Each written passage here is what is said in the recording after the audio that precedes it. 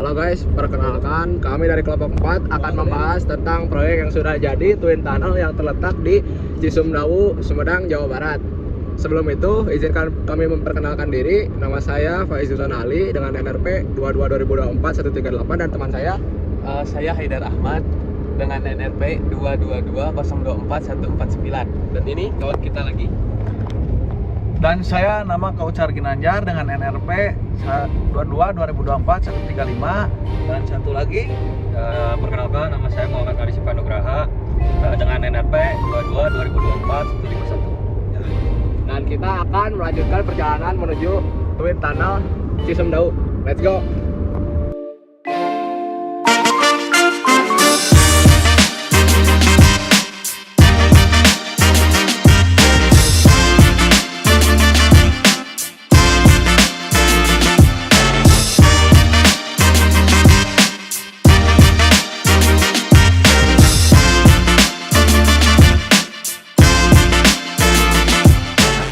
Di sini saya akan menjelaskan apa itu Tol Cisumdawu atau Twin Tunnel Cisumdawu.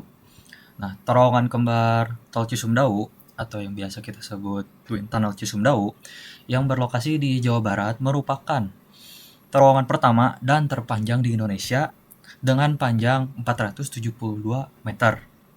Dibangun oleh Ditjen Bina Marga melalui BGTS, terowongan ini menjadi bagian dari Tol Cisumdawu sepanjang 61,6 km. Terowongan ini berfungsi sebagai jalur pintas untuk mengatasi topografi berbukit yang beresiko jika jalan dibangun di lereng. Jenis proyek Twin Tunnel Sumedang termasuk dalam jenis pembuatan infrastruktur transportasi, lebih spesifiknya dalam kategori pembangunan terowongan jalan raya. Proyek ini merupakan bagian dari pembangunan Tol Cisumdawu atau Cileunyi Sumedang Dawuan yang bertujuan meningkatkan konektivitas wilayah Jawa Barat dan mendukung pertumbuhan ekonomi lokal. Lokasi proyek Twin Tunnel ini terletak di Kabupaten Sumedang, Jawa Barat, tepatnya menjadi bagian dari pembangunan Tol Cisumdawu atau Cileunyi Sumedang Dawuan. Terowongan ini berada di seksi 2 Tol Cisumdawu yang menghubungkan daerah Rancakalong dengan Cimalaka. Lokasi ini melewati area perbukitan dan topografi yang cukup menantang sehingga memerlukan pembangunan terowongan kembar sebagai solusi untuk memastikan kelancaran jalur tol.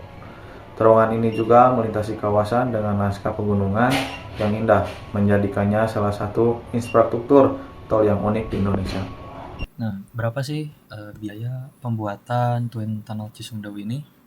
Nah, biaya pembuatan Twin Tunnel Cisumdawu ini yaitu sebesar 18,3 triliun dengan 9,7 triliun dari anggaran pemerintah dan sisanya melalui KPBU dengan sektor swasta. Lama pengerjaan proyek Twin Tunnel. Pada Juni 2014, proyek mulai dilaksanakan dan pada Januari 2022, proyek sudah selesai namun belum diresmikan untuk umum. Pada Juli 2023, proyek telah diresmikan untuk umum. Saya Haidar Ahmad ingin menyampaikan argumentasi tentang mengapa proyek Cisumdawu ini bisa disebut sebagai proyek yang berkelanjutan. Nah, suatu proyek dapat disebut sebagai proyek yang berkelanjutan apabila memenuhi prinsip-prinsip berkelanjutan, yaitu dari segi sosial, ekonomi, dan lingkungan secara seimbang. Nah, Twin Tunnel Cisumdawu ini memenuhi kriteria tersebut karena beberapa alasan. Yang pertama, dampak positif terhadap ekonomi lokal. Pembangunan terowongan ini mempercepat konektivitas antar wilayah Bandung dan Cirebon, yang menjadi jalur strategis untuk mendukung distribusi barang dan jasa.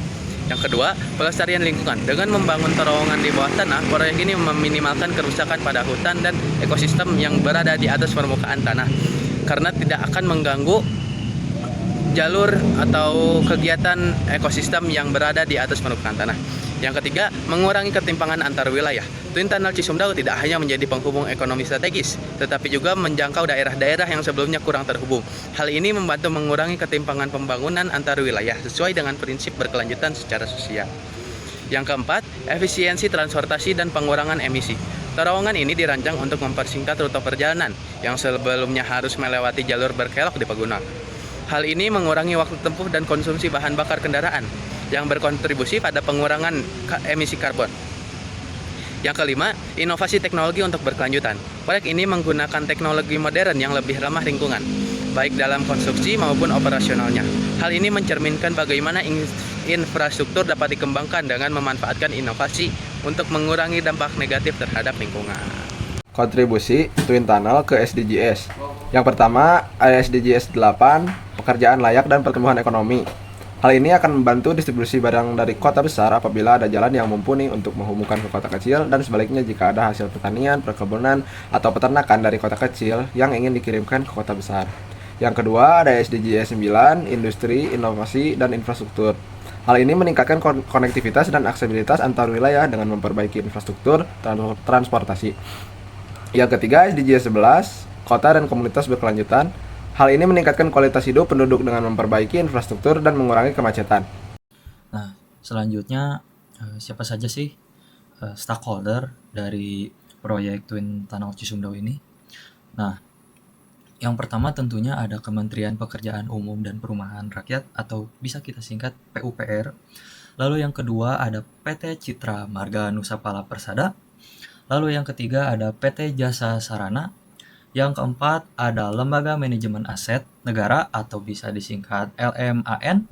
Lalu yang kelima ada Komite Percepatan Penyediaan Infrastruktur Prioritas atau bisa kita singkat KPPIP. Lalu yang keenam ada masyarakat sekitar. Yang ketujuh ada Lembaga Swadaya Masyarakat atau bisa disingkat LSM berperan dalam proyek ini juga. Saya Haidar Ahmad ingin menyampaikan argumentasi tentang mengapa proyek Cisumdawu ini bisa disebut sebagai proyek yang berkelanjutan. Nah, sebelum itu, suatu proyek dapat disebut sebagai proyek yang berkelanjutan apabila memenuhi prinsip-prinsip berkelanjutan, baik dari segi sosial, lingkungan, dan ekonomi, secara seimbang. Twin Tunnel Cisumdawu ini memenuhi kriteria tersebut karena beberapa alasan. Yang pertama, dampak positif terhadap ekonomi lokal. Pembangunan terowongan ini mempercepat konektivitas antara wilayah Bandung dan Cirebon yang menjadi jalur strategis untuk mendukung distribusi barang dan jasa. Yang kedua, pelestarian lingkungan. Dengan membangun terowongan di bawah tanah, proyek ini meminimalkan kerusakan pada hutan dan ekosistem darat yang berkegiatan di atas permukaan tanah. Nah, yang ketiga, mengurangi ketimpangan antar wilayah. Twin Tunnel Cisumdawu ini tidak hanya menjadi penghubung ekonomi strategis, tapi juga menjangkau daerah-daerah yang sebelumnya kurang terhubung. Hal ini membantu mengurangi ketimpangan pembangunan antar wilayah sesuai dengan prinsip keberlanjutan secara sosial. Yang keempat, efisiensi transportasi dan pengurangan emisi. Terowongan ini dirancang untuk mempersingkat rute perjalanan yang sebelumnya harus melewati jalur berkelok di pegunungan. Hal ini mengurangi waktu tempuh dan konsumsi bahan bakar kendaraan yang berkontribusi pada pengurangan emisi karbon. Yang kelima, inovasi teknologi untuk berkelanjutan. Proyek ini menggunakan teknologi modern yang lebih ramah lingkungan, baik dalam konstruksi maupun operasionalnya. Hal ini mencerminkan bagaimana infrastruktur dapat dikembangkan dengan memanfaatkan inovasi untuk mengurangi dampak negatif terhadap lingkungan. Contoh pengaplikasian pada kasus lain yaitu 1. Inovasi teknologi dalam infrastruktur. Contoh dari Twin Tunnel yaitu penggunaan terowongan ganda atau Twin Tunnel sebagai solusi untuk mengurangi risiko longsor. Aplikasi kasus lainnya yaitu teknologi ini dapat diterapkan pada proyek infrastruktur di wilayah rawan bencana seperti gempa, banjir, atau erosi tanah, misalnya dalam pembangunan jalan tol, kereta api, atau saluran air. Yang kedua yaitu manajemen risiko bencana. Contoh dari Twin Tunnel yaitu perencanaan infrastruktur yang mengantisipasi kondisi geografis dan iklim. Aplikasi pada kasus lainnya yaitu proyek pembangunan di daerah rawan bencana dapat mengadopsi pendekatan ini, misalnya dengan desain pembangunan tahan gempa atau sistem drainase yang dirancang untuk menahan banjir.